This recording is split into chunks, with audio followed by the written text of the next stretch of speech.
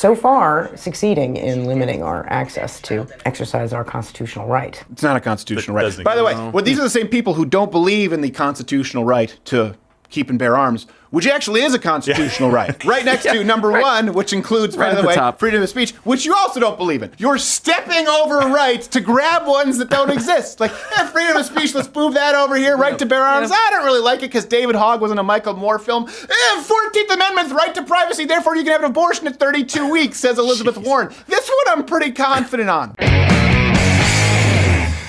So this has been trending for 2 days now. And, of course, Georgia and Alabama. There's been so much misinformation out there. Yes. It really has been driving me nuts. And I don't just want to say, oh, it's driving me crazy. It's wrong. I want to let you know as to why it's incorrect. And I want to know what, I guess, intellectual fallacies you've seen most out there. So here are a couple of claims that I've seen most. One of them, let's go right off the bat. They've been claiming everywhere, by the way. And AOC kind of claimed it, but it was, people said they misinterpreted her tweet. I don't know, I'll give it to her borderline.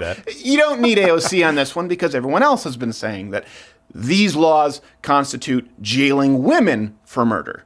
If a Georgia resident plans to travel elsewhere to obtain an abortion, when she comes back, she could face 10 years imprisonment. Don't you? Meaning abortion could how one said 10 and one said 30? In prison. Whom are you going to imprison? Every woman who's had a fertilized egg pass through her? No, you just. I don't know, Mr. the mechanical engineer guy.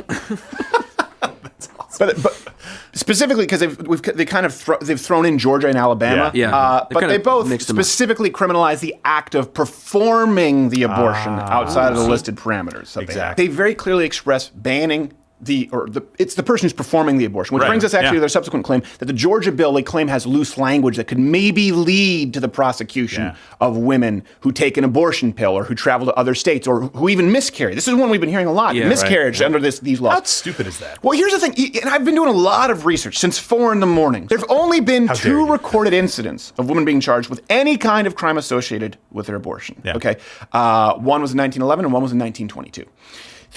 Unless I'm wrong about this, throughout the entire history of Anglo-American Western law, only one woman was ever charged with the crime of self-abortion. That specific crime, 1599. You have to go back to the 1500s. No woman ever in the history of modern Western law, as far as I know, let me know if I'm wrong, has been charged with a crime for miscarrying.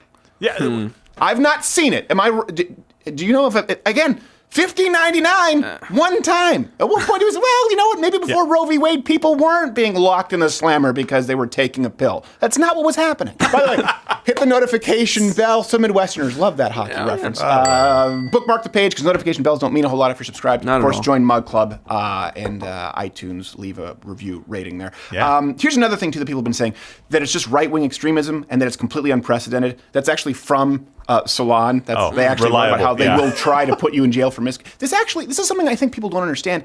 We have pretty liberal laws regarding abortion. The majority of European countries actually have abortion bans after 12 weeks, and a lot of them require a waiting period after consulting with a doctor. I don't understand this. I don't understand this, though, either. At least it's intellectually consistent for these people who say abortion, period, on demand, no questions asked, because to me, either it's a tragedy or why should it be rare? Exactly. Who cares? Why would you want it to be? Does anyone want pap smears to be rare? Nope. No. Does anyone want doctor checkups to be rare? No. Does anyone want people removing swollen tonsils to be rare?